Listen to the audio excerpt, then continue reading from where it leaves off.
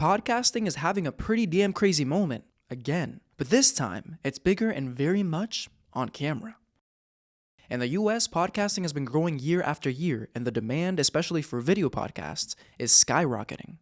YouTube is now becoming the #1 podcasting platform in the world, with over 1 billion monthly users watching podcast content. What started as an audio-only medium is quickly turning visual, and that's changing everything. Globally, the podcasting market was valued at just over $30 billion in 2024. By 2030, it's projected to hit more than $130 billion. In the US alone, nearly 160 million people listen to podcasts every month. And by 2027, global listenership is expected to surpass 650 million. While podcasts are looking unstoppable when it comes to numbers, behind the scenes, there's a whole different reality for the creator. The Podfade problem. Okay, so let me break it down for you. There are more than 4.5 million podcasts indexed worldwide, but only about 500,000 are actually active. That means over 4 million podcasts have gone silent and have yet to release new content. This phenomenon is called Podfade. Nearly half of all podcasts don't make it past episode 3. Only about 8% ever reach to episode 50, and most quit within their first 6 months. So how can an industry be thriving financially while millions of creators burn out? Now, Lu Ann Reeb. For the longest time, I thought of a podcast as audio only. And I would ask myself, why do people want to see people talking like you and I are talking now? But they do.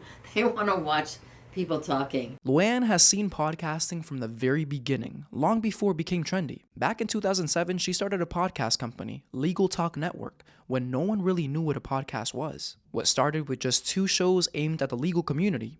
Today, the network produces over 30. A big misconception about podcasting is that it's easy, but honestly, it's way more work than people think. And when a podcast fades, she doesn't see it as failure. It's more that you just haven't found the right niche yet, or that it's in the wrong format, or that the hosts still haven't figured out who they're even talking to. We're human and we get excited about doing a podcast.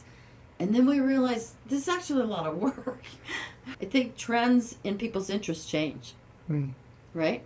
Just like fashion, just like sports cars. But I think the ones that do succeed are the ones that have figured out what people want to hear about. And that's not just one thing.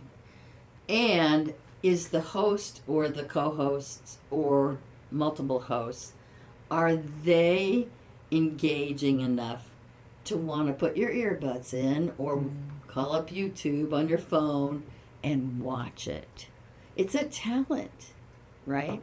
Why are some news anchors better than other news anchors? Why, do people like some of the late night hosts better than others? It's turns out to be kind of a personal thing. For her, the audience comes first always. In podcasting, there's something for everyone, but success comes from knowing exactly who you're speaking to and why they should care. Now let's hear from a creator himself. Going away my shot. I am not going away my shot. Hey, yo, I'm just like my country. I'm young, scrappy, and hungry. Welcome back to BSFS. My name's Kian, and today we're touching grass with SB Ty. What's up? What's going on? Kian Egami is living and participating in this current podcasting era. He's a sophomore at Emerson and co-creates a podcast series called BSFS, which stands for Bullshit for Show. There's some podcasts that I just don't find much interest in, and I think people gotta really find their niche and stick with it, because consistency is what people look for in a podcast. And as soon as your consistency is whack, then it really draws people away from your podcast. And so I think the biggest thing with the direction of where podcast is going is I really just want people to focus on what they love doing, because as soon as you start thinking too much about what you think your fans, or whatever you want to call them, your consumers, as soon as you start thinking too much about what they might want, you lose sight of what you actually were going to start a podcast for. So. His advice? Find your niche, but don't lose yourself trying to chase the audience. He believes that when creators obsess too much over what consumers want, they forget why they started podcasting in the first place. While this is different than what Lu Ann thinks, they still both agree on one thing. Podcasting is a whole lot of work, and the details matter. Now, what is it truly that makes like a podcast stick? Stick with the viewer. With the viewer, yeah. I think for BSFS, the thing that we wanted to stick with them is kind of this, like this pop of color. I think if you look at any of our videos, like you might think, oh wow, that's a little colorful, but that's like the point. I think we wanted something a little more energetic. We wanted something more bubbly, to help feed that vibe into people's doom scrolling or whatever, right? Like you see this colorful thing pop up, you're like, oh, what's that? And we have this like tempo and we go.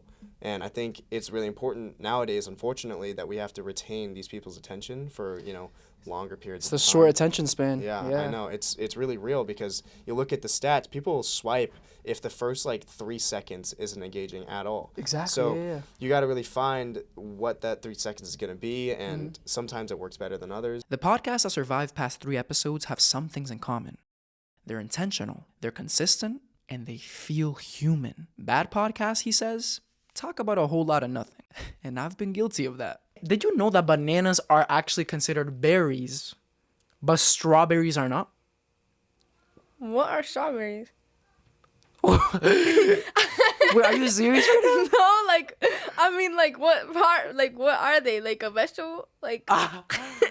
Now, as we approach the end of this video, let's talk about what's next. When I had my podcasting company, we had a studio that was bigger than this room, full of mixers and recording devices. Now, in my podcasting class, we have a mixer and 2 microphones, and we can move that wherever we want. I think it's up to us to try to civically regulate AI's infiltration to it. I'm still not convinced the content can be created because that's what's here. We all know AI is already creeping into the industry, whether that's in editing, clipping, or whatever else. But at the end of the day, for both Lu Ann and Kian, the core of podcasting is human connection. And that's one thing you can never fake. Lu Ann says that podcasting today is like having thousands of streaming channels without having to pay a subscription fee. Truth is, anyone can start one, but not everyone can sustain one. A brutal dropout rate, yet a booming industry. Whether you think the audience should be the main focus or the creator's passion should, the message is clear. Just get started and don't stop. And also, don't forget, it's okay to embrace the cringe. My call to action, embrace the cringe, and stay consistent. Seriously. I think you really just got to stay consistent. That part. Stay consistently cringe.